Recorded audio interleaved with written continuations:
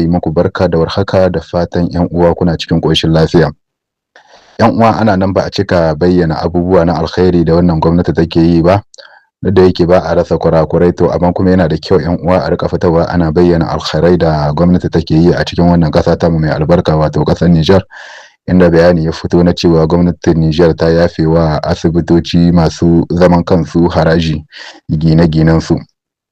Wannan mataki da gwamnati ta yi mataki ne mai muhimmanci wanda yakan kawo ci gaba a cikin ƙasa, saboda ƙasa tana buƙatar ba ɓangarori da dama muhimmanci, musamman ɓangaren da ya shafi samun walwalar al'umma, lafiyarsu da kuma kariya game da tsaro ma'ana kenan. To wannan mataki da gwamnati ta ɗauka mataki ne mai muhimmanci wanda wannan shafi na Nijar Hausa nake so in ce ko Nijar labarin Nijar TV Hausa ya wallafa, wanda ya rawaito cewa hukumar karɓar haraji ta ƙasar Nijar wato DGE ta sanar da yafewa dukkanin gidajen lafiyan asibiti biyan haraji na gine-ginen su a faɗin ƙasar Nijar baki ɗaya ƙarƙashin sabon kundin haraji da ya shafi gidaje da gine-gine. Wannan mataki dai na nufin ragewa cibiyar lafiya nauyin kuɗaɗe domin su sami damar karfafa ayyukansu da kula da lafiyar al'ummar ƙasar Nijar yadda ya kamata. To wannan abu yana da muhimmanci sosai ‘yan uwa ku gane cewa abin da ya shafi kula da lafiyar al'umma, duk gwamnatin da za ta ba da himma game da abin da ya shafi kula da lafiyar al'umma, wannan gwamnati ce mai muhimmanci, gwamnati ce wanda yana da kyau talakawa ku fito mu yi masu san barka game da wannan tunani nasu mai muhimmanci, saboda gwamnatin nan tana iya kokarinta, duk da za a ce ba za a rasa kurakurai ba, to kuma alkharai ma kuma baya yiwa a ce ba za a fitowa ba ana bayyana alkharan da suke yi, domin suna yin alkharai masu muhimmanci. Yana da kyau a fito a bayyana wannan alkharai nasu.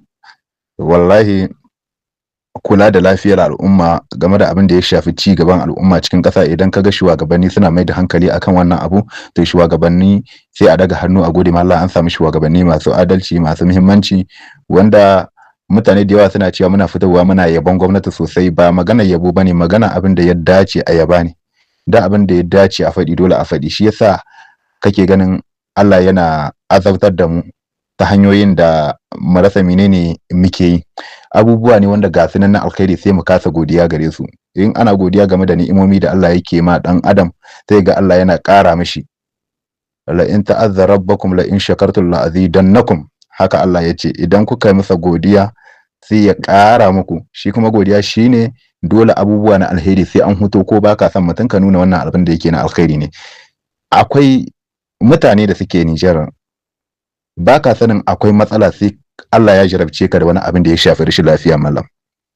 Ka je likita ta kuɗin ce, ta gwamnatin ce, free ne, zaka ga kawai bambancin su bai da wani yawa.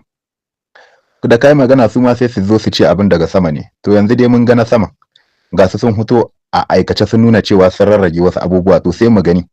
Ba ma abin da yake da babban matsala a Nijar kamar abin da yawan Allah ya jarabce ka da rashin lafiya, magani ko wallahi magani sai dai inna lillahi wa inna ilaihi raji'un kawai. In dai Allah ya jarabce ka da rashin lafiya a Nijar, in dai maganan magani ne, kasashe da aka ci gaba game da abin da ya shafi magani malam, kai wannan an huce wajen malam.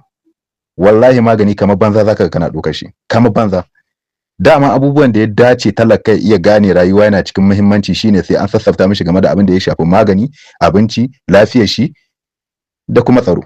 Wallahi in aka rasa wannan abubuwa a cikin ƙasa an shiga cikin rudani, sai dai a ce inna lillahi wa inna ilaihi raji'un. To abin da ya shafi ƙasar Nijar, wallahi muna fama da abin da ya shafi, kaga rashin lafiya, Allah ya jarabci mutum da rashin lafiya a Nijar ko, to na rantsi da Allah sai inna lillahi wa inna ilaihi raji'un.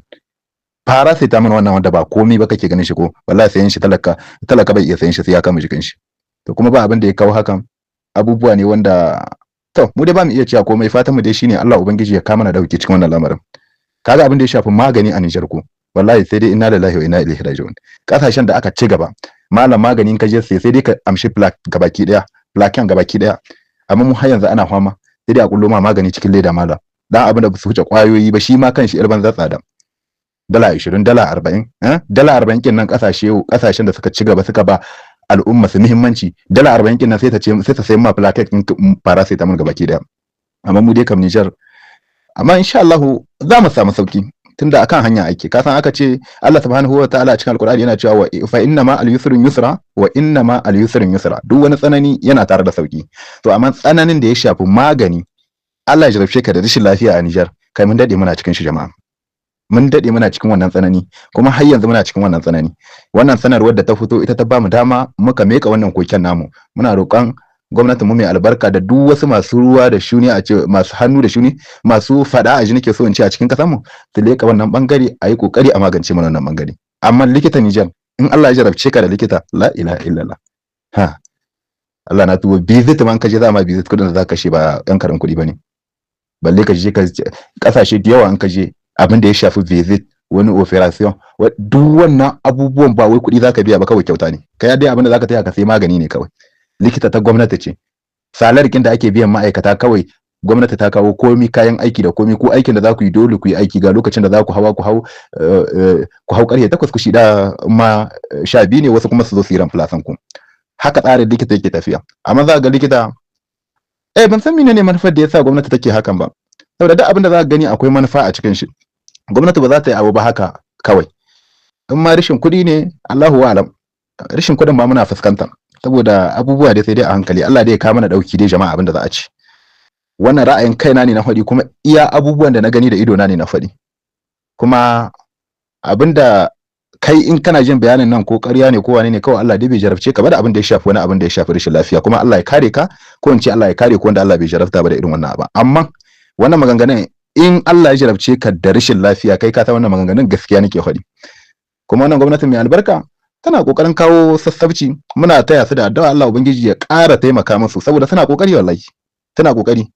Mu kanmu ba ma kishin kanmu. In aiki gwamnati ta ɗauke ka, gwamnati tana wani waje, sai ka je can kana wani soki burusu, kana wani shige-shige, kana wani ma mutane bita da kulli, ma'aikata Allah na tuba za a doka. Kai abubuwa dai sai dai a hankali fa, wallahi sai a hankali. Allah dai ya taimake mu insha Allah.